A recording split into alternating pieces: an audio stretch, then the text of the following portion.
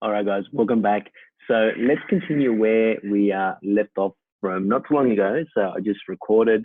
Now we're moving over into the password cracking phase, and throughout the rest of the course of this video, I'm going to go really deep into obviously the password cracking overview, passwords, password attacks, and any questions that you have. I really want you guys to sort of write them down or make a note of them, and then just shoot them over to me through email or message or whatever. And any questions you might have that in your own environment, or any questions that just comes to your mind around, hey, what do I need to know around XYZ? So just keep them in mind. Always feel free to shoot me over any questions you have, and we can sort of go from there. So we've got a little brainstorming overview. I just want to go back a second. Here we go. Cool. So let's begin. And some of the biggest misconceptions we get around the password side of things is they always say to me, Andrew, our passwords are so secure, they're never going to be broken. And that's fair to a point. And the longer the passwords are, the longer the hashes become, and then the longer the hash is, the longer then it takes a cracker to then go ahead and crack that password, because obviously the password length might be a long time. I then have to generate or download a rainbow table that's a few hundred gigs worth of hashes. And if that hash doesn't have the password, then chances are that it's not going to get cracked. So there's ways to mitigate things, to slow things down, and that's what we want to do. So going back to our little diagram here, I'm just going to highlight this, and then I can talk through it. Actually, I'm not. Let me just go back here and minimize this. Move that over here. All right, cool. So now let me pick this up from where we left off. All right. So let's take a step back now and look at it from, I guess, from a social engineering point of view. These are probably the most common types of password cracking attacks that we see, or I see. One is obviously social engineering, and it's so much easier to socially engineer someone than obviously go through rainbow tables and keyloggers and spyware and brute forcing stuff, right? It's just much easier for me to walk into an office and just, come in a wheelchair, for example, and try and get access to something that I shouldn't have access to. I was talking to a friend of mine today, and she said, company got breached, and the guy coming in from a cloud provider, telling them that he's there from this huge, online cloud provider, and he's just walked in and he said, look, I'm here to change your battery supply, and he's basically breached them. And they have no online presence, they have no, on-demand systems internally, and they got breached, and all because of some sort of social engineering attack that company went through. So I'd say that's probably one of the easiest ways to do things. I've broken into companies with with the wheelchairs, one of my favorite ways of doing it, being that good Samaritan-like person, you're there to help that person in the wheelchair, but at the end of the day, I don't care, because I'm there to do something bad. So I'll be coming in a wheelchair with broken arms, legs. I'll be hopping on crutches. Just give me access, right? So it's easy for me to do that, because people will then be obliged to feel sorry for you, or they'll feel better about themselves to help you out. And that's what it's all about. It's misleading people to making them, handing over information to you that is obviously it's valuable for me anyway, right? So if I get Wi-Fi creds, cool. I don't have to now go through VLANs and other stuff to try and get that information. I don't have to set up Wi-Fi pineapples and try man in the middle my way through the organization. So efficiency, speed, I would still say social engineering is the easiest way to do things. Recovery systems, like we said yesterday, I work with a lot of Cisco stuff, the ASR 9Ks, if you know the way like the routers work, the 3850s, the 6500 range, I can just Google it and just go, hey, show me the way it works. And let's actually do that now. So I'll minimize the screen, and I'll just make sure you guys can see what I see. Cool. And I'm just going to open up a new tab here. And I'm just going to type in Can you guys see the screen?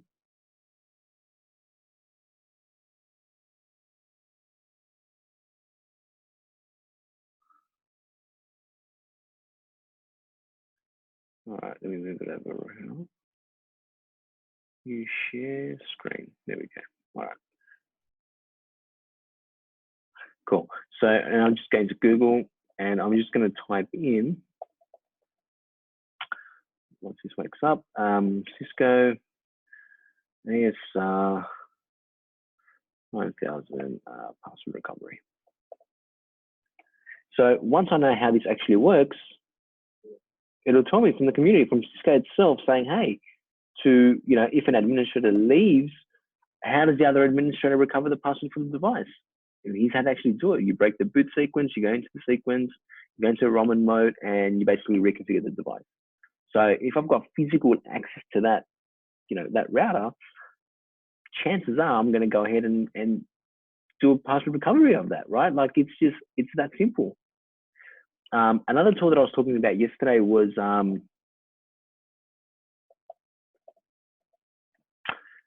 change NT password. This was one of the coolest tools that you can sort of, who's it by?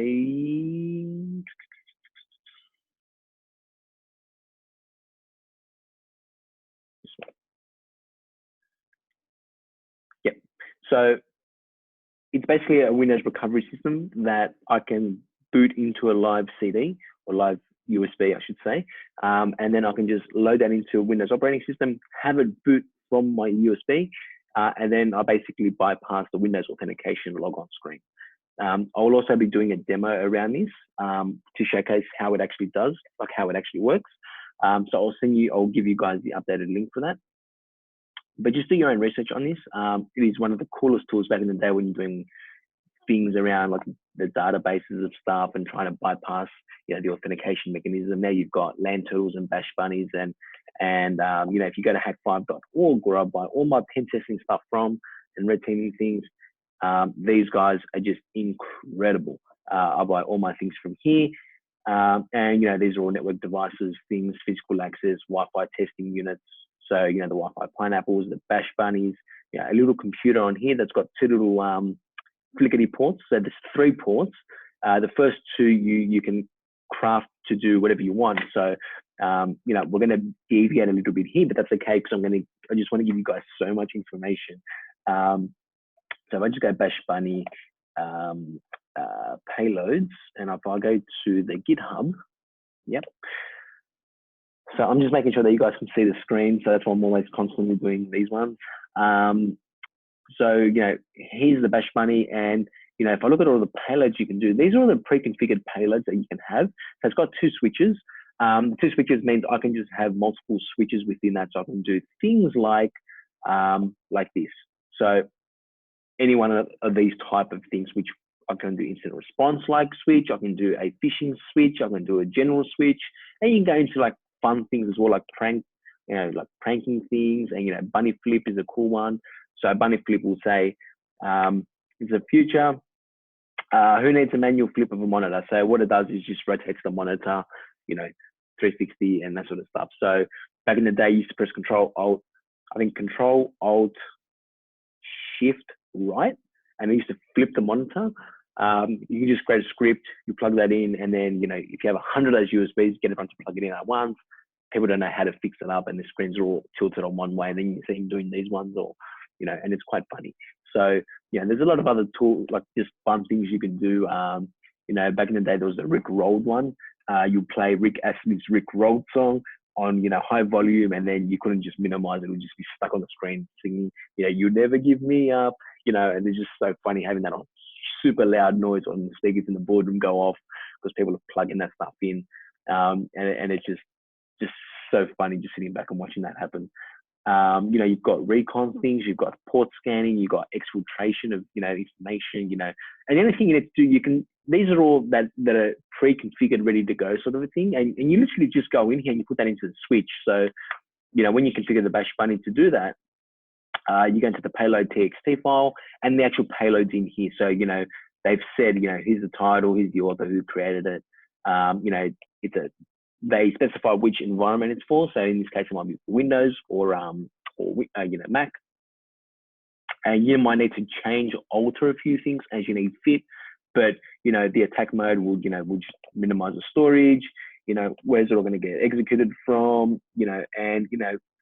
It's just here for you to build a foundation from.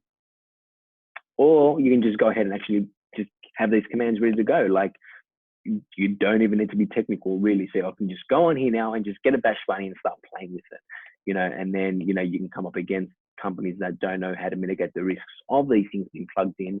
And that's sometimes a really big concern. How do I weaponize people to start plugging these things in and getting them to now do this sort of stuff? Some of the other cool stuff is around the Wi-Fi stuff, like I think it's on the Recon. Yeah, so the info grabbers. There's another one that I like. It's not here. He basically takes all the Wi-Fi credentials, all the Wi-Fi networks that you basically connect to. It'll look them up, and then it basically saves all the passwords that get saved after you've authenticated and logged in, and it saves them in plain text. So I was on an engagement once, and I said, and actually used the tool, and then I went to the director and I said, look, do you mind if I just test your Wi-Fi for a second? And he goes, because I knew he would say yes. So I've already plugged in the bash bunny. I've taken that information out, and I said, cool, I've already done it for you. And it just takes maybe 3 or 4 seconds for that to actually run. The LED lights start flickering, and then it tells you, the green light or the blue light, whatever you set it to, that if it's successful or not. So I think it might be here. You go, Wi-Fi grabber. I think it's one of these ones. And there's just so many tools, and there's so much more if you just keep searching. But these are just the foundations of things, and you just basically build from the scripts that are already created. Okay, so going back to the tools, these guys just do incredible tools. The rubber duckies, the packet squirrels. So this is awesome. So these land turtles, you can have dedicated 4G and 3G out of band connections. So these you'll connect to a router or a switch or even internal access to get remote shell. I'll connect this up with a 4G connection or a 3G out of down Telstra connection, and I'd never need to be connected on their internal network. And then if people are trying to filter me or trying to find where I am, they're not going to find me because I'm not even on the network itself. So I'm coming in from an out of band thing. I'll put a little device sticky note on there that says, hey, it's IP, don't remove, similar to this. And chances are people don't actually see that. They take that literal and they go, okay, well, the IT guys must have just put it there, right? Just plug it in and leave it there and put it out of sight, like put it behind the switch or put it underneath the switch in the comms rack. No one's going to actually see it. Or even behind the desk, chances are the desks are really busy today. People have paperwork. They don't have clean desk policies. And, there's just easy ways to compromise and exfiltrate information. And the amount of things that you can actually do with these devices is just beyond, it's just so amazing how people develop these amazing tools. I encourage you guys to look at these things in your own spare time, do some research on it, and, they're cheap for what they are. You can go on to other things like exploding USBs, what is it called, USB kills.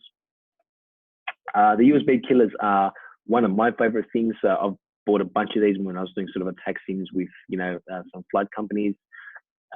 You'd buy these and they would fry any sort of connectors. So if you have like, your iPhone, your iPhone connectors or, iPad connectors, different types of connectors, Android, routers, USBs, that sort of stuff, you can get these things and they send electrical pulses through the USB to fry the actual device. So it becomes unusable.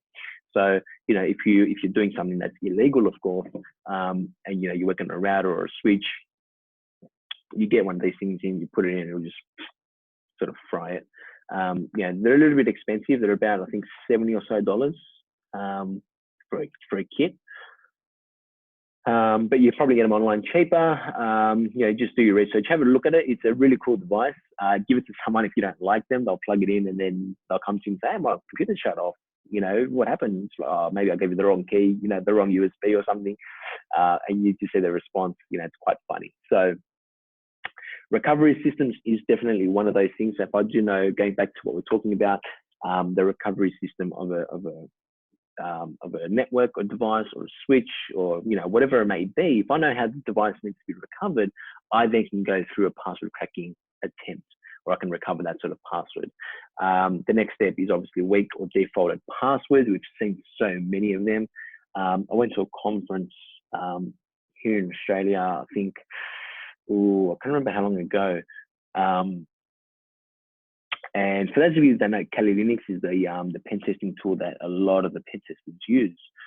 And everyone rocks up with the Kali Linux laptops, Alienware machines and all that sort of stuff. And the default username is root, and the default password is Tor, so Tor backwards. And during this conference, they all got compromised because they never even changed the default username and passwords. And it was just the most funniest thing. You had a room full of pen testers coming with the devices, and they all got hammered because they still left the default username, root and Tor, TOOR for the password, and they all had compromised accounts. There was a compromise that happened. I don't remember the name of it. Oh, I do remember the name. It was called WPAD, which I'll talk a little bit later about remediation. And WPAD was a very similar concept where the attackers would actually change their host name from Kali Linux to WPAD. And what WPAD was, there was a big vulnerability within Windows. And I'm just trying to think and write at the same time. But WPAD, what it enabled us to do was to route all the traffic through WPAD workstation. So all the workstations had WPAD as the host name, and it will route all the traffic through that. What do you think every single attacker in the world did once they realized that vulnerability? When they were attacking the system, they would actually change the host name from Kali Linux to WPAD. So it essentially became a man in the middle, because all the traffic destined for the WPAD was going through the devices. So I was looking for WPAD, and WPAD was just this freaking thing in Windows, and it would just route all the information. You're like, whoa, what the hell is going on? So one of the biggest exploits that happened was with WPAD, just change your username, and then all the traffic will basically find you, and it'll just go, cool, I want to route everything to you. The way was to stop that was to create some null routes in the network or on that device and point it to itself with the loopback address, which was 127.0.0.1. That was the way to stop it. So you point WPAD so you do a null route, which goes nowhere, to 127, which is its loopback address, 0.0.0.1. So it's just saying, hey, I'm going to send WPAD to myself, but it doesn't go anywhere. That was the way to solve it back then. It's still available in a lot of the environments right now. I've seen it quite a bit, and when it does happen, it's just one of those things that, unpatched systems, it just still is what it is.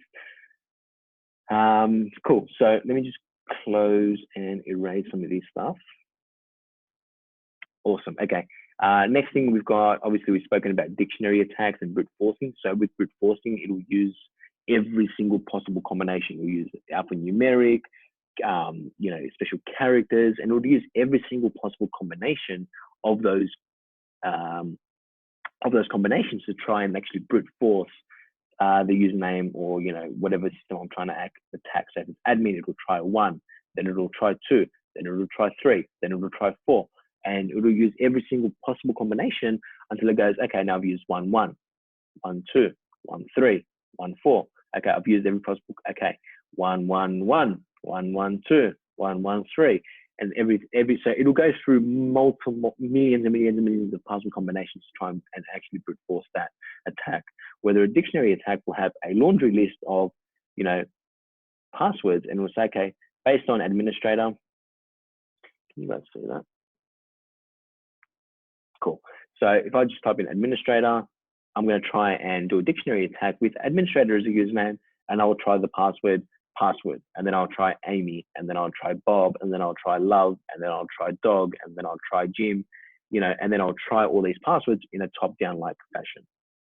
So brute forcing is one of the better ways to do those types of attacks, especially now that if I'm going after a specific company with, as I've said before, with the proper password policy. If I know they've got a password policy of 6 characters, I'm going to tweak my rainbow table to have, 6 characters, which is going to give me a 100% success, I know it's going to get cracked.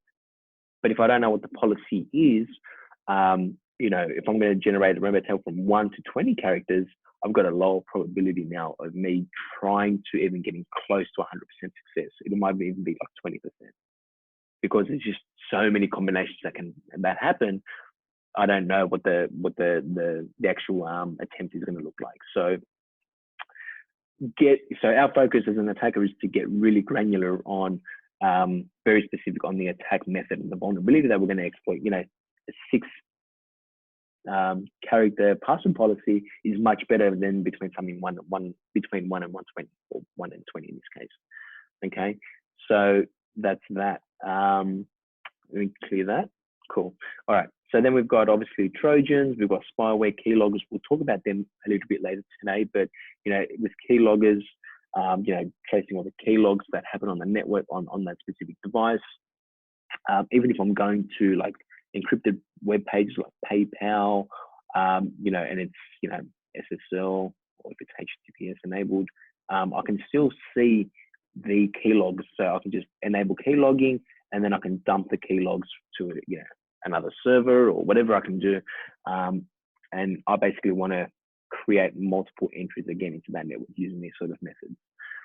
Sniffing we'll talk about, and then rainbow tables. So generating hundreds and hundreds and hundreds of gigs of rainbow tables. There's rainbow tables online for about 400 gigs.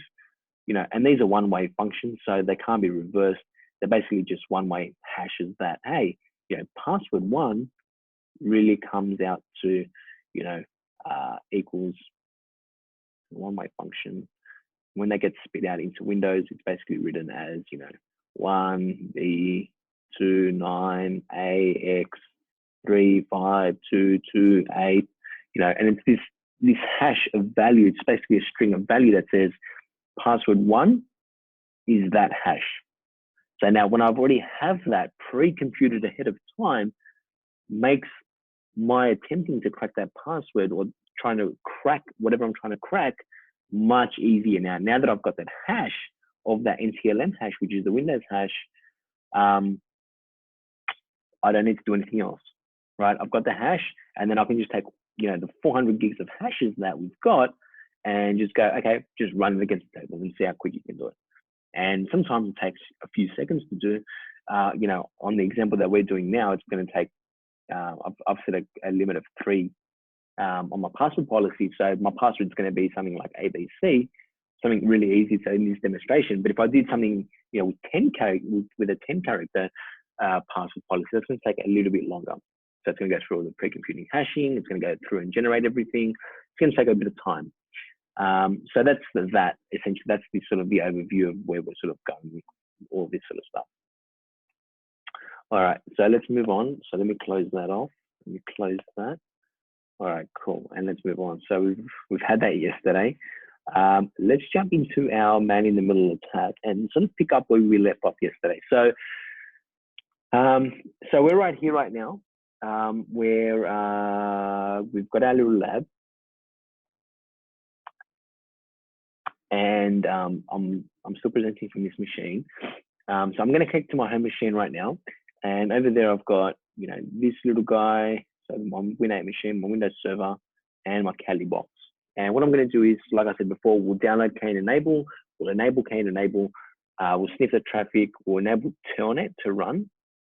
So as Telnet's running on port 23 on the network, and then we'll have our Kali box connect to our device, and then we'll go back over here, and then we'll sort of sniff that traffic so we can see the credentials as they happen. There's a lot of tools out there. Kane Enable is just a pre-built script. So anyone that uses pre-built scripts are deemed as script kiddies. There's methods that I'll walk through and maybe demonstrate a little bit later, not today, of other sort of attack and sniffing methods that we can implement. And then red teamers do as well. But in this case, I want to keep it very simple, some really easy and simple tools that people can, play with, have a sort of a play with these and see how you actually do it. Just install it and run it on your company. Like just run it and just see if Telnet or HTTP is enabled. If someone's trying to log on with those protocols, it's a free thing. And you know, you might want to check the hash of that as well, and I'll show you how you can do that. But yeah, let's not waste any time and let's really get into it now. So let me minimize this. Let me stop my screen share from here, and I'll screen share from my other machine, and we'll pick up and let's move on to that attack. So I'll stop that, share this. All right, beautiful. So what I'm going to do is I'm just going to open up my TeamViewer machine, and I'm going to connect to my home machine. And once that's connected, I'm going to fire up Windows 8. Okay, it's telling me buy a license. Awesome. I'll buy that license later. So I've got a VirtualBox that I've got on here. I've got my Kali Linux, Windows Server, and Windows 8. Now, I'm just a little bit worried that this has probably been running for a little while, and I may need a little bit of a reboot. So let me just send the control deleting here. Let me log on.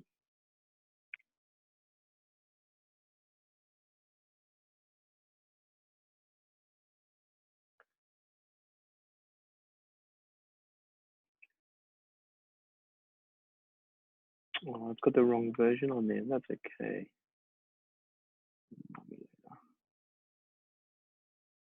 Guys, I'm just gonna do a quick reboot, and I'm gonna pause my screen share, and then once it reboots again, I'll resume sharing.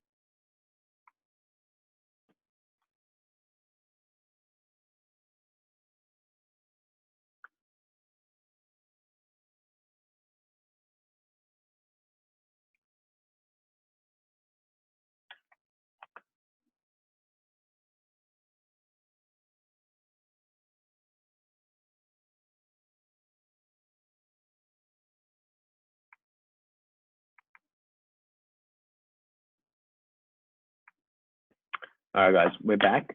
So that didn't take too long. I just wanted to just give it a quick kick. I'm just gonna log on now. Oops.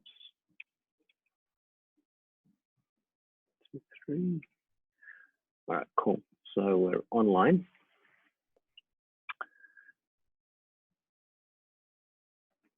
Awesome.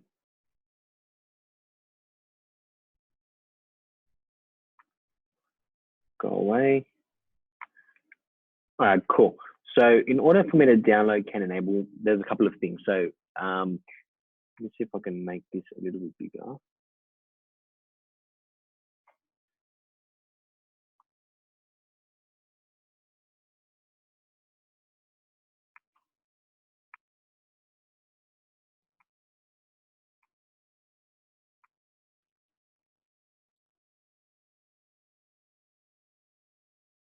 That should be good. All right, cool. So as I was saying yesterday, guys, in the real world, you know, it's not going to be this easy. So I've just made this lab just for demonstration's sake. That one, I can. I hope I'm recording this.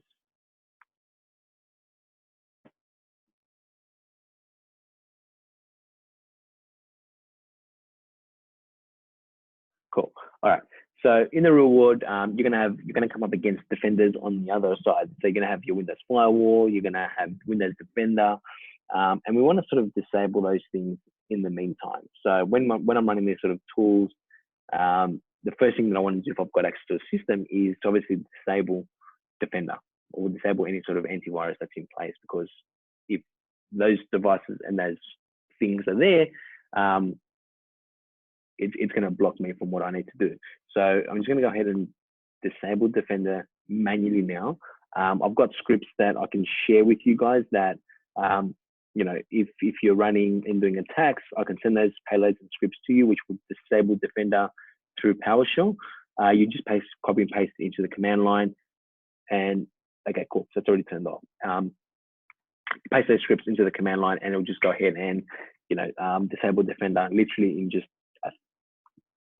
2 seconds. So, you know, that took me a long time to research and perfect. So, you know, you guys can obviously have the finished product with that if you want it. So just let me know if you do want it. Send me a message, and, you know, I can share that stuff with you. All right. So to download Can Enable, I'm just going to Can Enable download, and I'm going to download from it's not Fufus. He's got the name. Oh, they've got a reason for it. That's not the right one. OXIDIT is the right one I want. OXIDIT.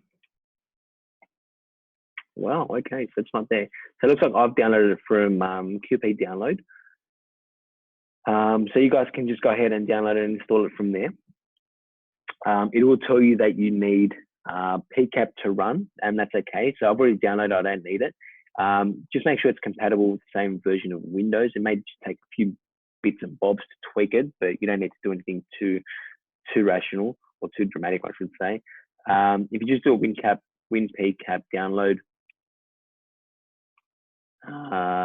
there you go. And you just download that in additional to that. So WinPCAP will allow me to sort of export things, put them into Wireshark and sort of go through the traffic analysis. You need that to run this as well. So you can download it separately, or if you just go back to Kane, it has that already in the download file. So you just download it, you install it, and you'll be prompted with Kane on your desktop. So let's just run Kane. So I'll open up Kane. I'm just going to go back to, and feel free guys as well. What I might do as well is I might show you guys how I set up my VMs, or maybe I can do a pre-built VM. Let me know if you guys want a pre-built VM and you guys can log in and sort of play with it. I can probably host something on AWS or on Google. There probably won't be any additional fees for me to do that for you guys, or any cost in running that. I'll just associate it and write off those expenses and costs on my thing. If you do want those labs, just ping me, just so I know in numbers who will actually use it and who won't use it.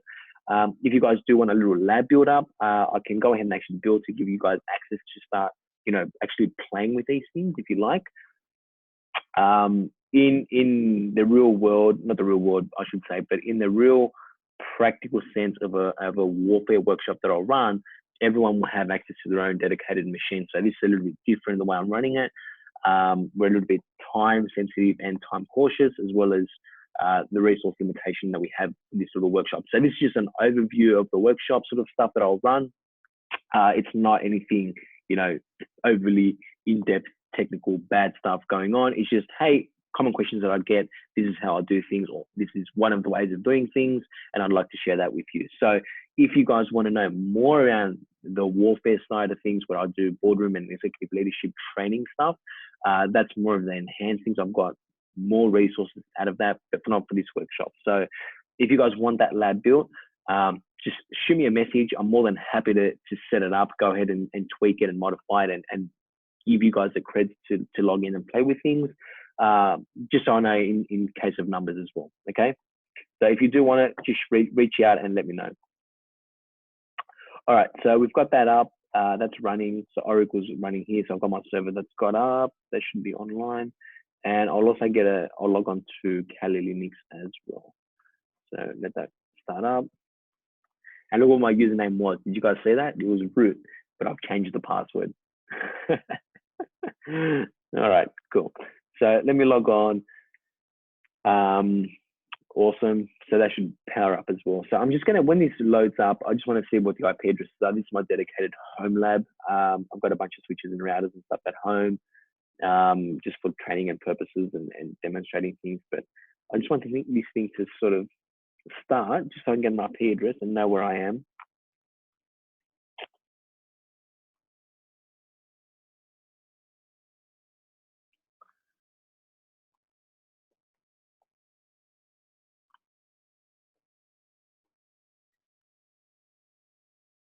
All right, let's go. Cool. So run my config. So we're running on the 155. So 155 is my attacker machine. 212 will be my Windows server. So if you guys want to see that, let me just minimize that and go back to Windows server. Let me log on. Okay.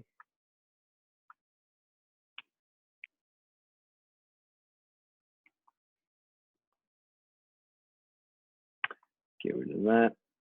The server manager comes up by default. That's okay. I'm just going to command line, and I just want to see my IP address, which should be 212, and it is. Cool. So in this lab, I've just named it as 212, which is just a Windows Server 2012. It's nothing too outrageous with that. It was just easy for me to go, okay, it's Windows Server 2012, 212, 22, whatever. That's easy definition for that. Cool. So IP address is there. I just want to make sure I can ping, which I should be able to. I should be able to go out to the internet. And I can, and I should be able to ping my attacker machine 1.155, and I can. So all layers of the oversight layer, the first 3 layers are all working fine. There's no issues. Awesome. All right, fantastic. So let's go over to our Windows host, and I will run Windows 8, and I will fire up Kane enable. And once Kane is enabled, see what I did there? We're going to start playing and sniffing with the traffic. So I'm just going to go over to the sniffer tab, and I'm going to scan the MAC addresses. And okay, and it's just telling me, hey, sniffer mode's not activated. Please activate it. And to do that, I'm just going to click on this little network interface card up here, and it's just going to say to me, hey, blah blah blah. Make sure that you're running these things. I don't need to worry about that. Go okay. And now it's going to put my interface that my Ethernet NIC interface that I'm connected to is now sniffing or being in actual promiscuous mode. So it's seeing the traffic, and it's going to basically filter it in a promiscuous-like sense. So I'm not going to get any fancy here. I'm just going to do all tests. So it's going to do all the layer 3, layer 2 addressing mapping, and you're just going to say, hey, I just want to know what's on your little network, and I'm just going to launch that. So what I want to see here is my 155 host. My home router's there. 155 is my Kali Linux box. 212 is the Windows server. So I'm just going to cancel that now because I've got what I need. If I'm going to do this on a production network, I'm going to get my backside handed to me, because now he's just going actively sending up requests, up, and it's going to draw a lot of attention to this IP address where I'm connecting from. So I wouldn't be doing any of this sort of attack on a product network unless I'm certain they're not going to have any solutions in place to monitor me doing those types of attacks. And that goes through proper reconnaissance, which I'm not going to cover today because it's a very broad area of subject. But I want to show you the more of the system side of attacks and things that we can do to sort of mitigate those sort of threats that happen. So over here, we've got 155, which is my Kali Linux box. Let me go up. So Kali Linux is here, sitting here, and we want to spoof the MAC address of this guy at layer 2. So I'm going to start my screen share, and I want to go over back to my Surface Pro, where I can actually talk a little bit about layer 2 spoofing and how that's actually going to work. Just so for those people that are new also to security, even though the seasoned people as well that are watching this, I want everyone to sort of have a little bit of a foundation again from ARP and how ARP works. If you have any questions as well while I'm going through it, just note them down and just send them over to me, and then I can maybe explain the one-on-one with you, or I can do another video and explain all the questions in one big answer. Just let me know what works, and we'll take it from there. All right, so I'm going to stop the screen share from here. I'm just going to enable this screen share. All right, cool. So you guys should be able to see. Awesome. So everything is working tremendous today. How amazing. All right, so let's just get this video out of the way so I don't have to keep looking at myself. All right, so the way ARP works in a network. So if I've got this sort of device over here, let's say there's an IP address for this device. The IP address might be 10.10.10.10. So for those of you that know the 5 tuples in the network, I just want you guys to think in terms of the networks now. So a network needs, what do you think the network would need in order to communicate? I want to see if I've got another diagram. Actually, no, this is fine. All right, so the 5 tuples. So the 5 tuples we'll need is, what do you think? And I know I can't talk to you guys, but 1, 2, 3, 4. 1, 2, 3, 4, 5. Okay, so 5 tuples. So we need a what? So source IP address. We need a destination IP address. So we need to know where we're coming from, where we're going to. We need to know the protocol that's being used. Is it TCP, for example? What else do we need to know? Source port. What else? What's the last one? The destination port, right? So when a machine powers on, it will go through DHCP and it'll say, hey, I need an IP address to connect. So if I've got a machine that's running DHCP here, and my machine powers up and it says, hey, I need this. It doesn't even have this yet. So it just powers on and it reaches out and says, hey, Mr. DHCP, I know you've got a pool of IP addresses here, whatever they are, and I need an IP address to connect to the internet. And so we send out a request. So it's actually called a discover message. So when you look at it like this, it's called DORA. We were talking about it yesterday. Now, this is where I got really frustrated yesterday because I couldn't actually walk through and actually explain it to you guys and visually in a whiteboard-like scenario. So discover gets sent, which says, hey, Mr. DHCP server, can you please lend me an IP address? I need an IP address to connect to the internet. And Mr. DHCP server says, yes, I will offer you an IP address. Does this IP address work? And Bob here says, this is just in the background, doesn't actually say it, and there's no prompting and stuff. And Mr. Bob will say, yes, that worked for me. So he will request that IP address to the server and will say, cool, can you please request that? I'd like to have that IP address. And then the final step would be the acknowledgement of him going, cool, I've now acknowledged me giving you and handing you that IP address. Okay, so just remember DORA in terms of DHCP, that's the way it works. That's the 4 little packets that get exchanged. And that's what's happened. So when you think of the network, think of the 5 tuples. So we need to know the source IP address, the destination IP address. So where are we going from? I'm going to clear this screen out, but just work with me for a second. So we've got the source IP, the destination IP, we've got the protocol that we're using, the source port of the destination host that we're going to, and the destination port that we're using. All right.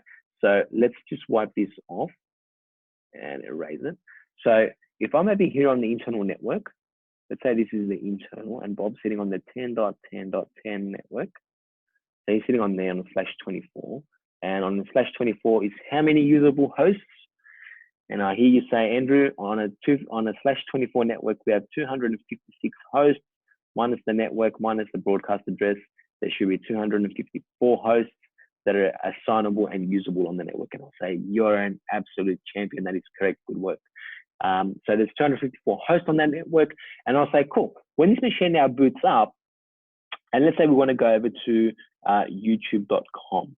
Now, something else popped into my head, and I wasn't going to talk about it, but let's just say when we're going to YouTube. And, YouTube's address, we don't know what it is at this stage. It's going to be 23.1.1.1 in this case. So first things first, this machine will power up. We'll get an IP address. We've got that. We need to know how to get to 23. We don't know how to get there. So on a little network internally, we might have a little router. And in terms of ARP, which we have to reference because this is what we're going to be talking about, the address resolution protocol, all it does is map a layer 3 address to layer 2. So it will map our layer 3 10.10 global internal private IP address to a layer 2 MAC address. So all it's saying now is, hey, I've got this IP address. That's my source IP address. I need to get to YouTube at 23. I don't know how to get that because we're going through NAT. That's another whole conversation that we're going to have, totally different to this. Is not even on the discussion thing yet. But in terms of ARP, in terms of ARP, ARP is just literally doing a conversion of layer 3 to layer 2. So when Bob goes out to the internet, he needs to now connect to the layer 2 address of this router. So this router's got a layer 2 address. It's also got a layer, well, the hell was that? So I can scribble that out. So it's layer 2 and layer 3. So that router will have an IP address on its outside interface, .1, let's say, and .254 on its internal. And he's going to send a packet and says, hey, Mr. Router, I need to get to this address. I don't know how to get there. And then it says, I know how to get there. Please take my layer 2 address, use that as the default gateway, and send me all your packets that are destined for this guy, and then I'll route it to him. So in the packet that he gets sent, he will have his source destination of, in this case, let's say it's 10.10.10.10. And destination will obviously be this guy, which will be the 23 network, .1, .1. This is almost similar to NAT now, because we're doing a source NAT. This router is going to go ahead and do a little rewrite in this network, and it's going to say, cool, in order for me to get to this network, from this network to this guy, I need to hand in my layer 2 ARP address to him. So he needs to know that to reach me at this address, he needs to go through, you know, let's say it's AAA, for example. So my MAC address might be AAA. It's not AAA, you know, it's a 4-bit 12 hexadecimal value.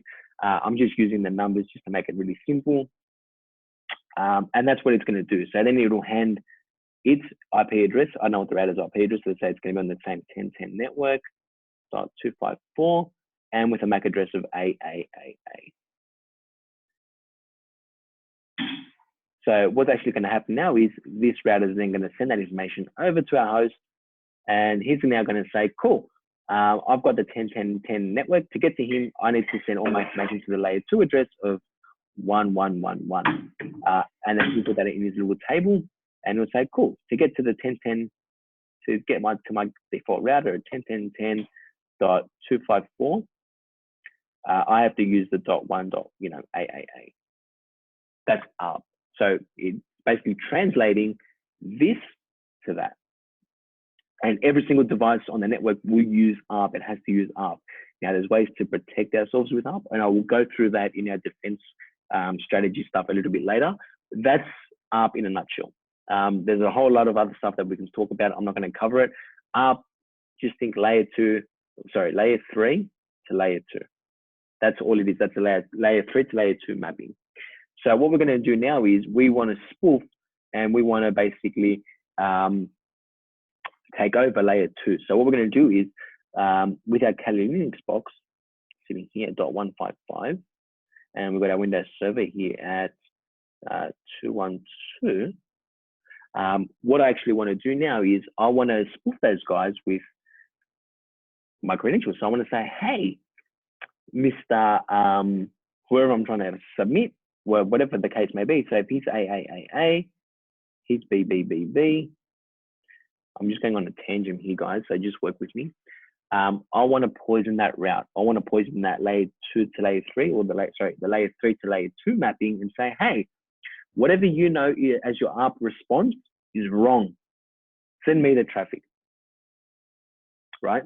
So if he's AAA and I want to spoof him with BBB, that's exactly what I want to do. So I want to feed him the wrong information and say, cool, in order to actually get to that, you got to come through me. I'll change colors. Actually, I'll change the color. Let's say pink. So in order to get to AAA, you got to send me the packet first, and then I'll send it out to the internet. And that's how we're going to do it. So I want to do a gratuitous ARP where I'm going to now shove this AAA, and I want to slip it in and say, hey, that's not right. It's my address of AAAA. Please send me your information. Don't send it to BBB. That's wrong.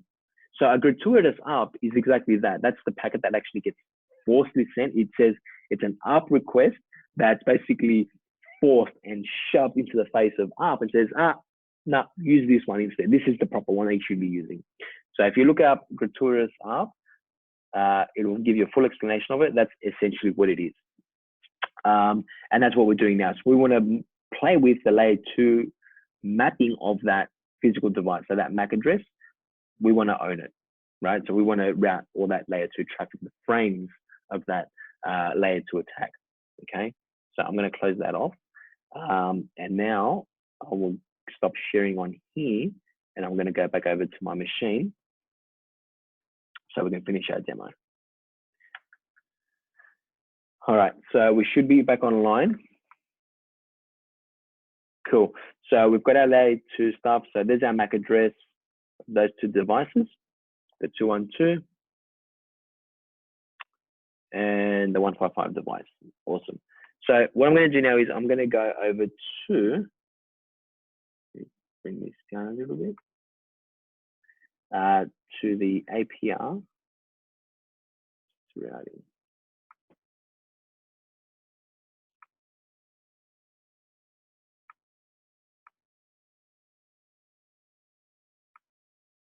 Awesome. And I basically want to remove this device. I think that's from yesterday. And I want to redo it again. So I'm just going to click the little plus icon here.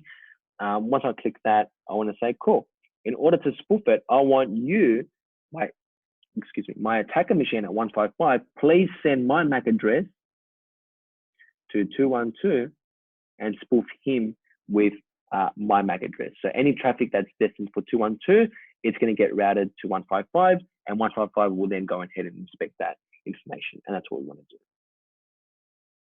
So that's fine. It says, hey, I'm in idle. I need you to start. You're not started yet. So let's fire it off. I'm going to hit this beacon icon just right here to the right, sorry.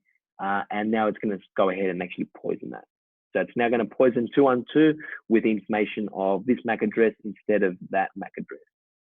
So as we now go ahead and telnet, we should be able to see those packets.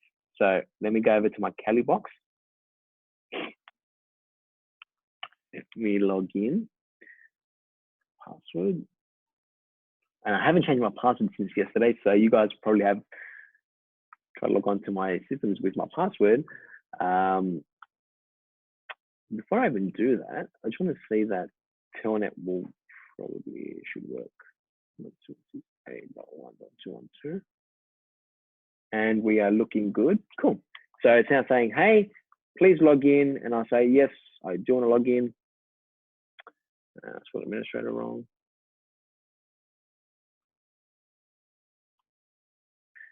With my password.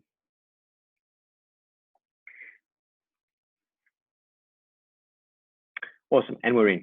So when you look at the screen up here, guys, so yesterday I mentioned that when we're typing the password or when we type in the credentials of the stuff, the information that gets sent to the server gets echoed. So as I'm typing in, that's why you're seeing the response come back from the server saying, hey, it's administrator, and that's being echoed to my screen. The password won't get shown because there is no echo reply or no echo response. So that is typed straight into the server. So that's what's actually happened now. Now I can start talking telnet or whatever I need to do. So now I should be into that file system. Whoops, wrong machine. Now I should be in that file system of that device. And I am. So awesome, cool. So I'm just gonna go back from there. And if I go back into my Windows 8 box, like yesterday, we should, whoops.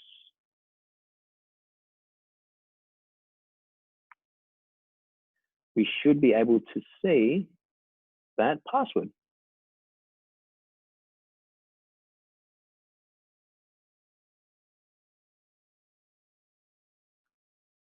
So I'll stop that poison.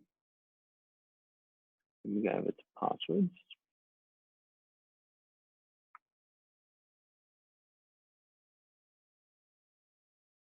And looks like we've got it.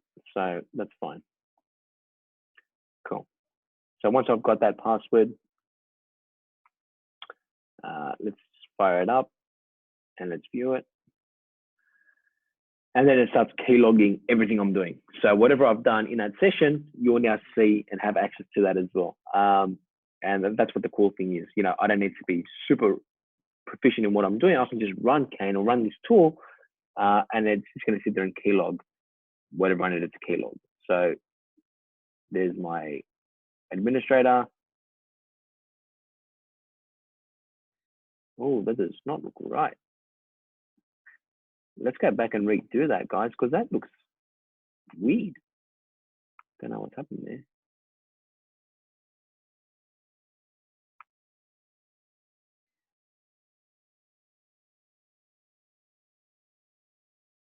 I think it's because I kept pressing the enter button on my thing. That's what these characters are here for. So every time I went enter, it stuck up the character count. All right, so let's go back here. Let's poison the route again. Make sure that's working. APR. APR running, it is. We minimize this. Back to Kali. Let me exit. Okay, let me turn it back to 168.1.212. Now I won't make a mistake when I'm typing this.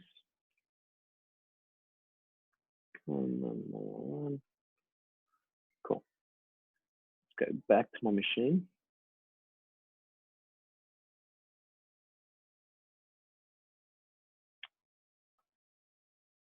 Stop that poison.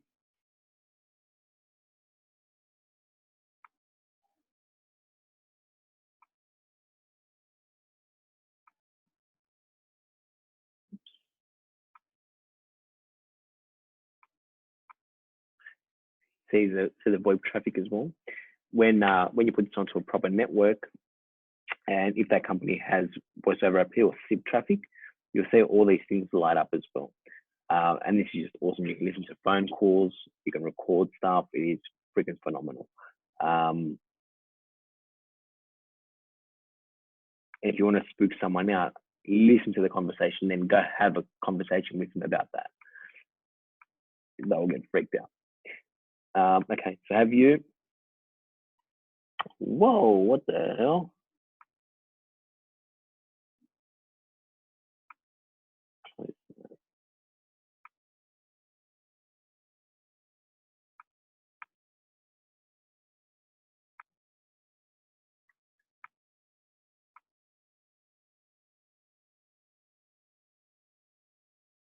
Guys, I'm just going to stop the share for 1 second and I'll see what I can fix up and then I'll resume the share in just a second.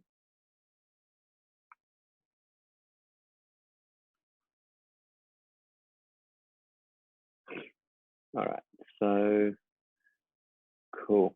All right, guys, give me 2 seconds and let me reshare and I'll take it from there.